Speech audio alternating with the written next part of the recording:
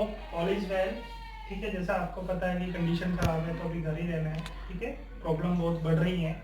चलिए, today we are discussing about 8 foot up and go test for Rikli and Jones senior citizen fitness test. ये test number 5 है। जैसे हमने पहले जो 4 टेस्ट हैं वो अच्छे से लर्न किए हैं, अच्छे से पढ़े हैं, उन 4 टेस्ट की बात करते हैं हम। जैसे आपका चेयर स्टैंड टेस्ट था, आर्म कर्ल टेस्ट था, बैक स्ट्रेच टेस्ट था और sit and reach, chair sit and reach test था। चलिए, आज हम डिस्कस करेंगे basically 8 foot up and go test. चलिए, नाम से ही समझ में आ रहा होगा 8 foot up and go test. सबसे पहले बात करते हैं हम पर्पस की कि पर्पस क्या है इस टेस्ट का।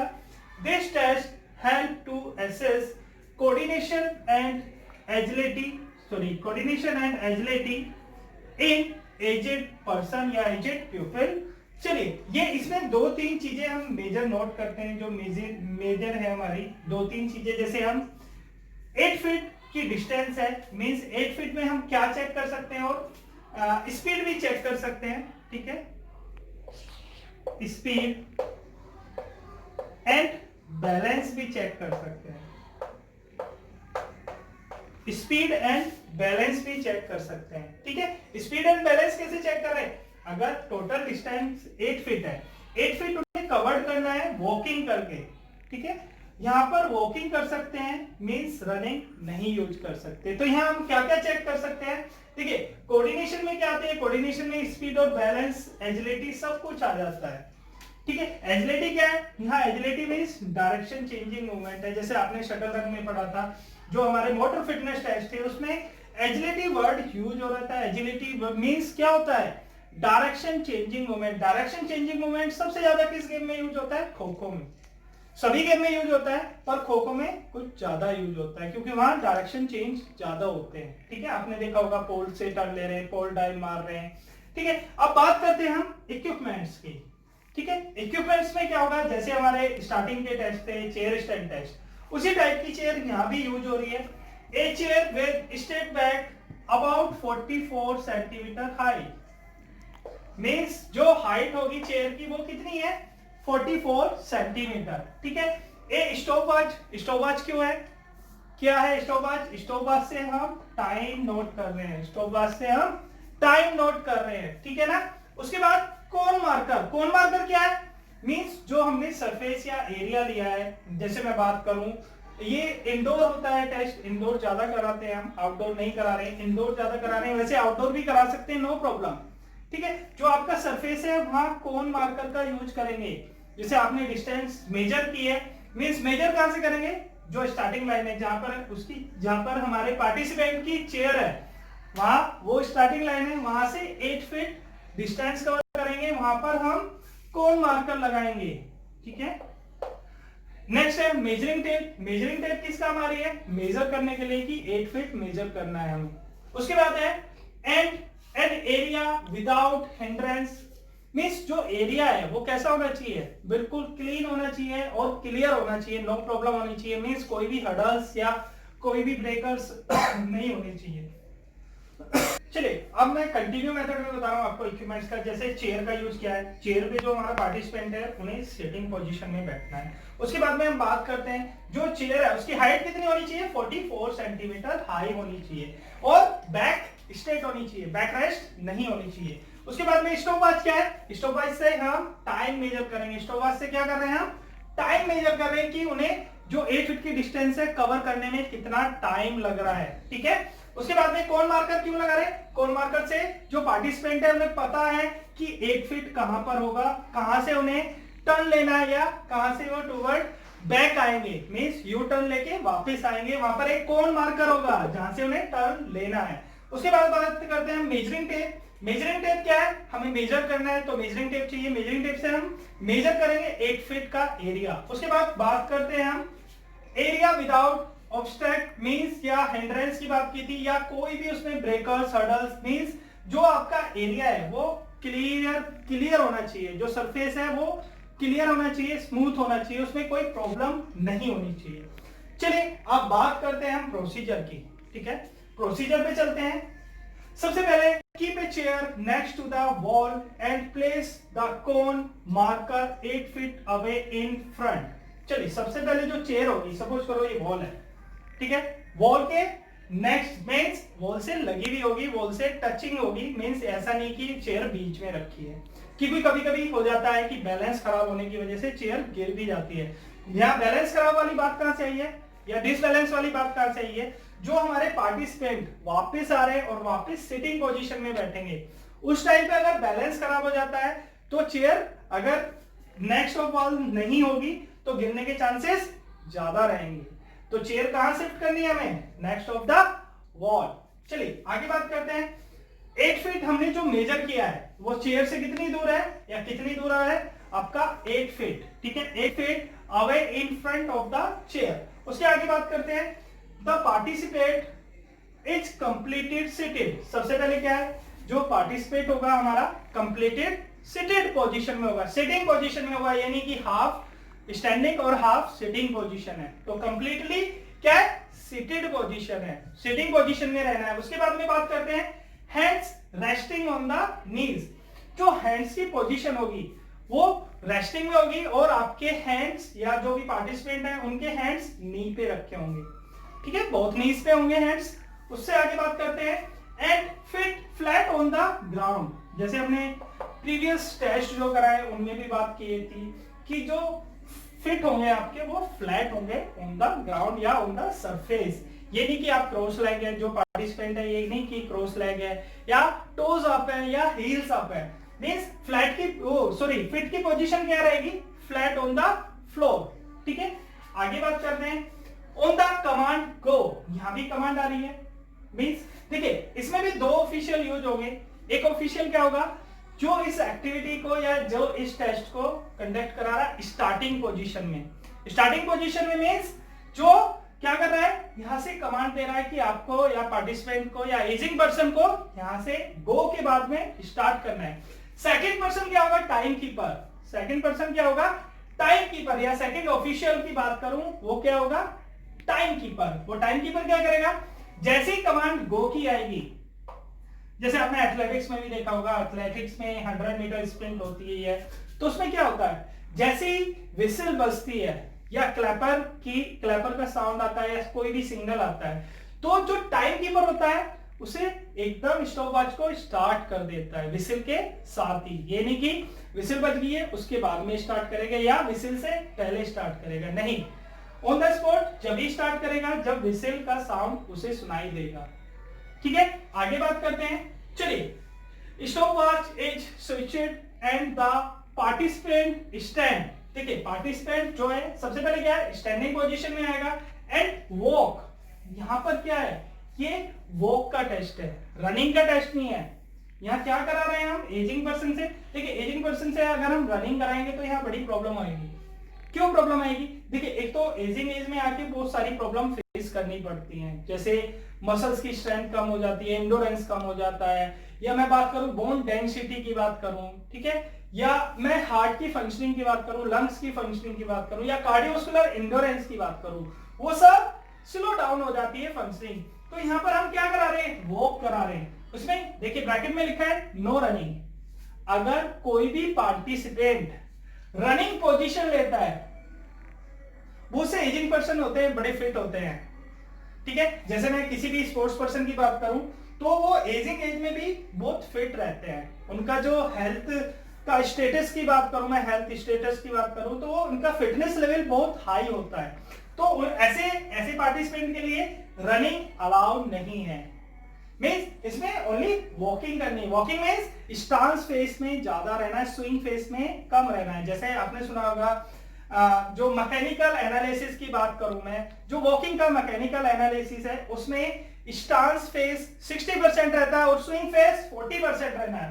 तो यहाँ पर पर्टिकुलरली वॉकिंग करनी है, पर्टिकुलरली उस पर्सन को वॉकिंग करनी है as quickly as possible towards the cone, ठीक है। वॉकिंग में एज क्विकली, जितनी फास्ट वॉकिंग कर सकता है, बट रनिंग वाले एक्शन नहीं आएंगे, ठीक है। कोन्स के पास जाना है, ठीक है, cones turns around and return to the chair, ठीक है। क्या है? कोन्स के बाद में वो राउंड मींस वहां से टर्न बैक लेंगे, टर्न बैक लेने के बाद में जो उनकी स्टार्टिंग पोजीशन जो चेयर लगी थी हमारी नेक्स्ट ऑफ द वॉल वहां पर जाएंगे, ठीक है, around touch to the chair to sit down. देखिए यहां पर सिट डाउन जहां बोला है, जो भी पार्टिसिपेंट यहाँ आके सिट डाउन पोजीशन में आएगा तो यहाँ टाइम स्टॉप कर दिया जाएगा। जो हमारी स्टॉप वॉच स्टार्ट कब हुई थी, गो कहने पे। जब हमने कमांड दी थी गो की तो स्टॉप वॉच स्टार्ट हुई थी।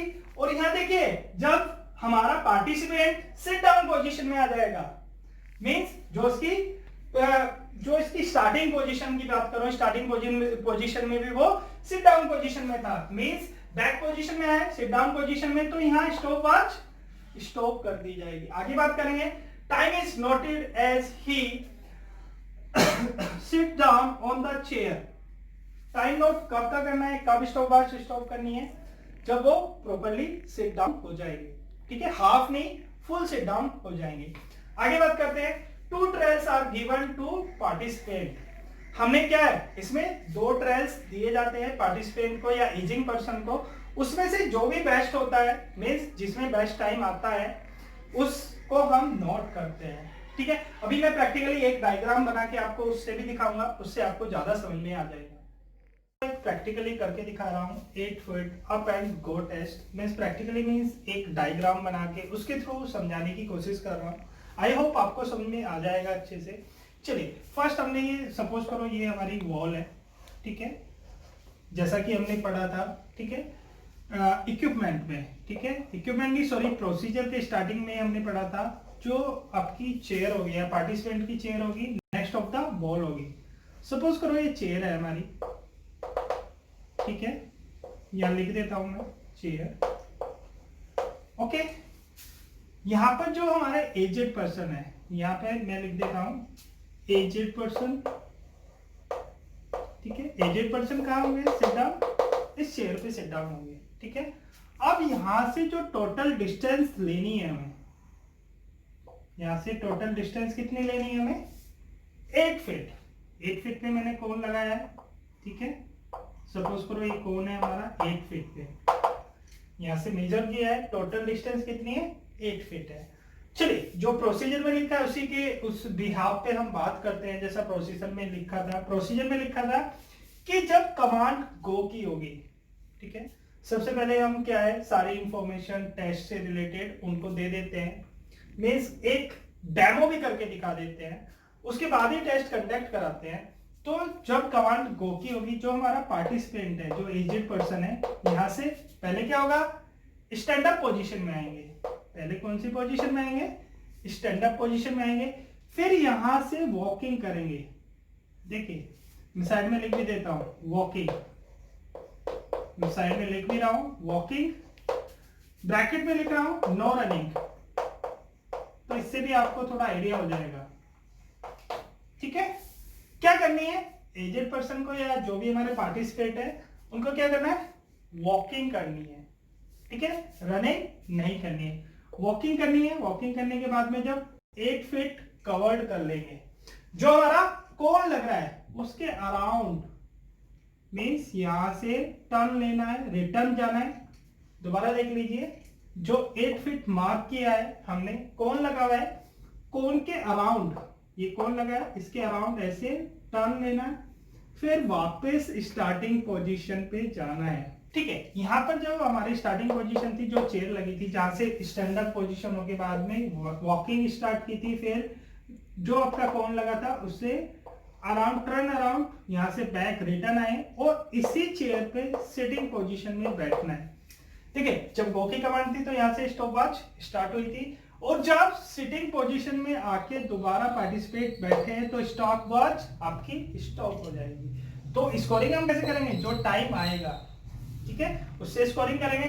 अब लास्ट टेस्ट बचा है आपका। आई होप ये अच्छे समझ में आ गया होगा, क्योंकि पूरा प्रॉपर डायग्राम से समझाया है मैंने, आपको मेजर भी करके बताया कि 8 फीट का हमने एरिया लिया है, टर्न अराउंड कहां से लेना है वो भी बताया है, जब वो स्कोरिंग कैसे लेंगे या टाइम स्टॉप कहां हो रहा है, जब वो सिटिंग पोजीशन में आएंगे दोबारा। ठीक है, अब लास्ट टेस्ट है आपका 6 मिनट वॉक टेस्ट है। ठीक है, उस पर बात करेंगे।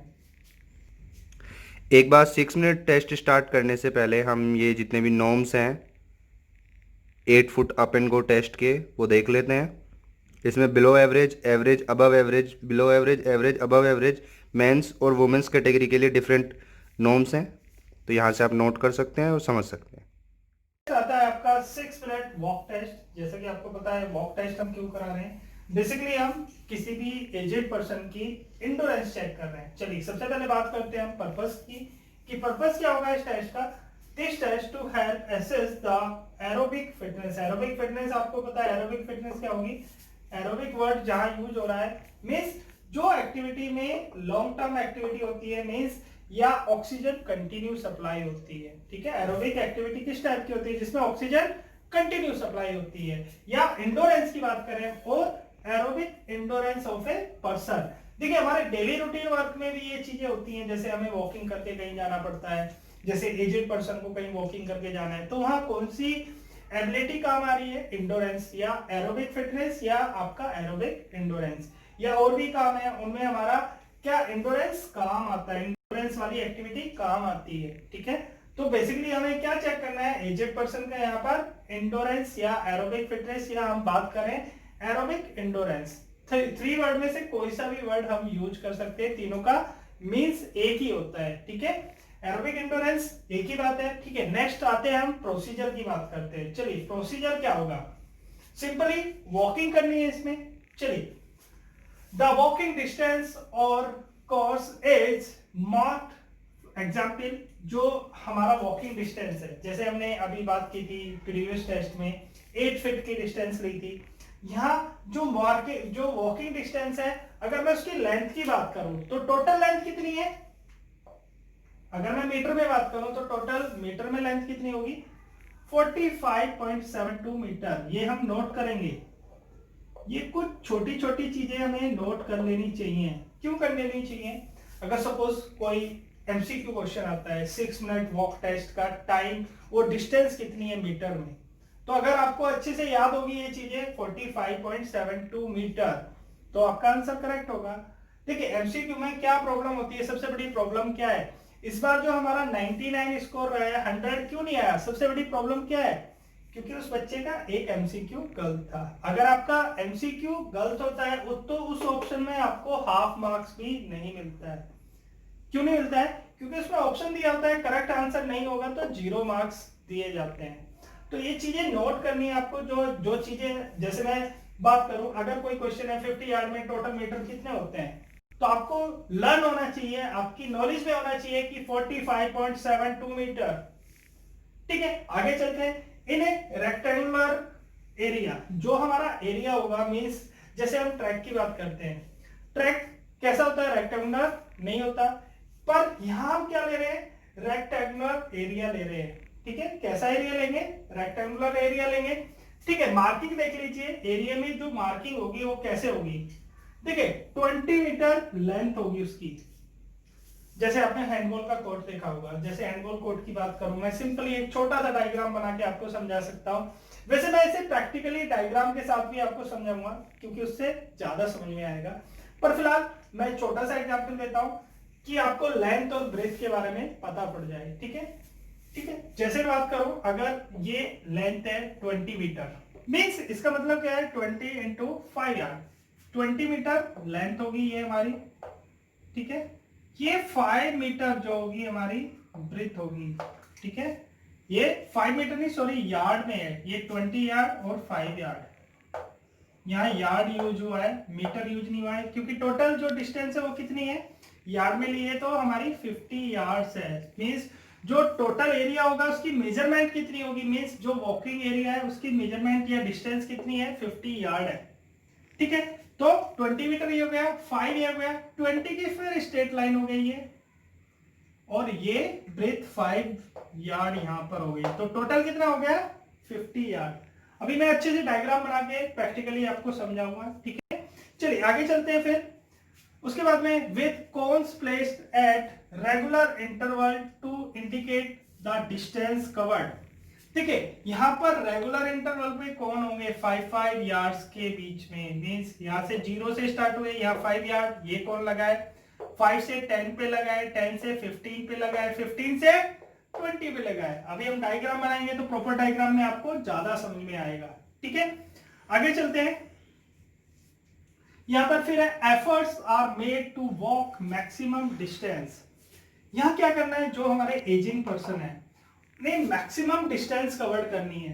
क्यों मैक्सिमम डिस्टेंस कवर करेंगे तो उनका जो एरोबिक फिटनेस की बात कर रहे हैं या एरोबिक एंडोरेंस की बात कर रहे हैं वो अच्छा होगा, वो मींस करेक्ट होगा। जैसे मैं बात करूं एंडोरेंस में क्या चेक करते हैं, एंडोरेंस एक ऐसी एक्टिविटी है मींस जो हमारी एबिलिटी है या जो हम एक्टिविटी करते हैं, जो एक्टिविटी हम फटीग कंडीशन में करते हैं, जो एक्टिविटी हम फटीग कंडीशन में करते हैं। फटीग कंडीशन में जैसे आपने देखा होगा अगर हम रनिंग करते हैं 200 मीटर 400 मीटर रनिंग कर रहे हैं, 400 मीटर हमने एफर्ट लगाया, अच्छे से रनिंग कर रहे हैं या हमारा कार्डियोवास्कुलर सिस्टम उस टाइम बहुत अच्छे से काम कर रहा है, पर 400 मीटर क्रॉस करने के बाद में जो हमारे बॉडी में या मसल्स में फटीग कंडीशन आने लगती है तो उससे क्या प्रॉब्लम होती है, कुछ पर्सन उस फटीग कंडीशन को अवॉइड कर जाते हैं। जैसे हम बात करते थे 11th में सेकंड विंड की, ठीक है। सेकंड विंड कंडीशन क्या है, सेकंड विंड कंडीशन वो है कि आपको फटीग कंडीशन आई उसके बाद भी आप कंटिन्यू एक्टिविटी या कंटिन्यू रनिंग कर रहे हैं,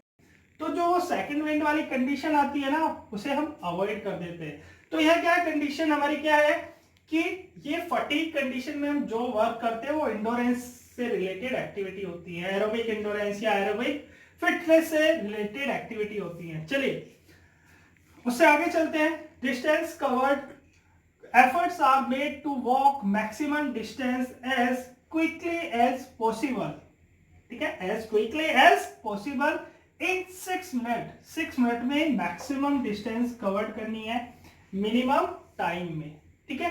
बट ये ध्यान रखना है वॉकिंग करनी है, रनिंग नहीं करनी है। अगर कोई भी पर्सन एजिंग पर्सन रनिंग करने की कोशिश करता है, ये देखिए मैं बता दूं आपको, इससे पहले जो 8 फीट वाला टेस्ट था वो मेंस और वुमेन्स दोनों के लिए था, ये टेस्ट भी मेंस और वुमेन्स दोनों के लिए, तो दोनों के नॉर्म्स थोड़े डिफरेंट होते हैं।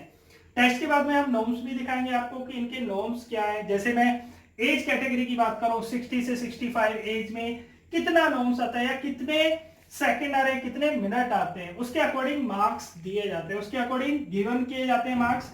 आगे चलते हैं। A practice trial is given to the participant, देखिए यहां हम एक प्रैक्टिस ट्रायल भी दे रहे हैं या उससे पहले इंफॉर्मेशन भी दे रहे हैं। ये जो हमने 5 यार्ड पे कोन्स लगाए हैं ये क्यों लगाए हैं, अब सपोज करो यहां से टोटल लेंथ है 20 यार्ड, तो अगर 5 यार्ड्स पे कोन नहीं होंगे, जब हमारा टाइम ओवर हो जाएगा तो हम मेजर कैसे करेंगे कि टोटल कितने यार्ड्स उसने कवर किए हैं। या एजिंग पर्सन जो भी है हमारे पार्टिसिपेट है तो उसके यार्ड्स हम कैसे मेजर करेंगे, इसलिए हमने 5 यार्ड्स पे कोन्स लगाए हैं, ठीक है। कोन सेट करें वो किसके लिए, जिससे हम डिस्टेंस मेजर कर सके, ठीक है। यहां पर हम ट्रायल भी दे रहे हैं, ट्रायल वो ले सकते हैं, ठीक है। ट्रायल में वो करके देख सकते हैं कि आप डिस्टेंस कितनी कवर कर रहे हैं, या इससे एक और एडवांटेज है उन्हें आइडिया रहेगा कि हमने कितनी डिस्टेंस कवर कर ली है।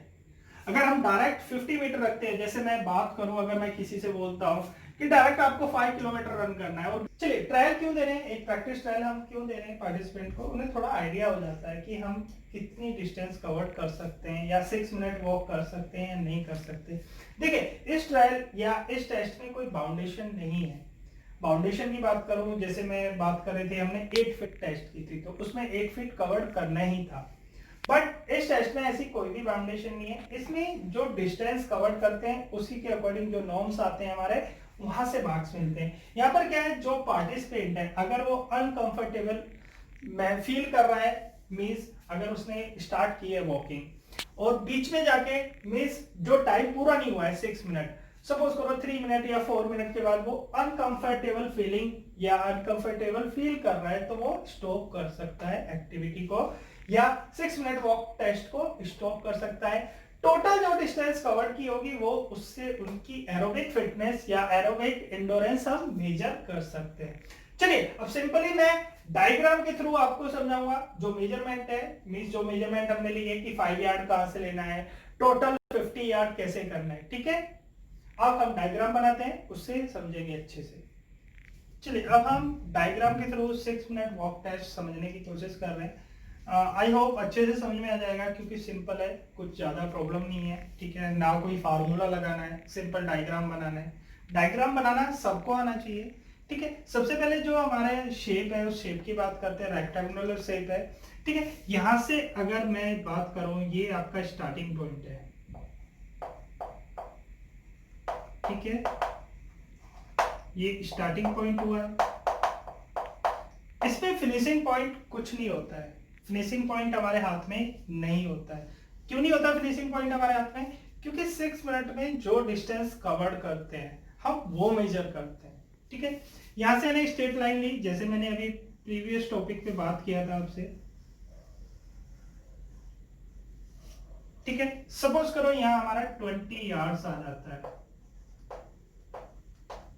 ठीक है, यहां हमारा 20 यार्ड्स आ जाता है। तो हमने जैसे बात की थी, ये 0 है, सपोज करो ये 0 है, यहां से यार कौन लगे होते हैं, ये 5 यार्ड,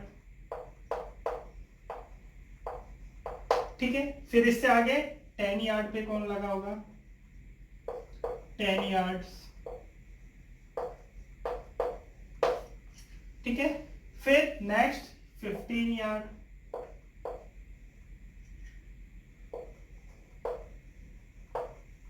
ये 20 यार्ड्स लिखा ही है, ठीक है। यहाँ कौन की जरूरत नहीं होगी, यहाँ मेजर होगा 20 यार्ड्स, ठीक है। उसके बाद में स्ट्रेट लाइन को हम रेक्टेंगुलर शेप में लेंगे, यहां से ये ब्रेथ आ जाएगी 5 यार्ड, ये 5 यार्ड आ गया हमारा, मीन्स यहां पर कितना हो गया, फिर 25 हो गया, ठीक है। फिर ये स्ट्रेट लाइन हमारी,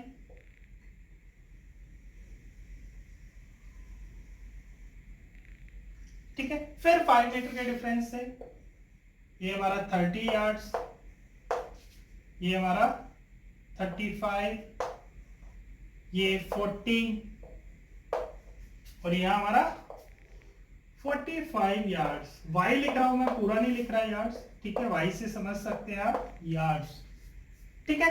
अब यहां से लाइन नीचे की तरफ आ रही है, कौन सी शेप हो रही है, रेक्टेंगुलर। यहां से ये 5 यार्ड है, तो टोटल कितना हो गया, मीन्स 45 और प्लस 5, ये हमारा टोटल कंप्लीट होता है यहाँ 50 यार्ड्स। रिपीट कर रहा हूं मैं, 0 से स्टार्ट करते हैं, 5 यार्ड्स पे कौन लगा है, फिर 10 यार्ड्स पे कौन लगा है, फिर 15 यार्ड पे, फिर 20 यार्ड खुद मेजर है, यहाँ कौन नहीं लगा है, क्योंकि यहां से टर्न लेना है इस साइड में, मीन्स यहां से टर्न कहां लेना है, लेफ्ट साइड में, ठीक है।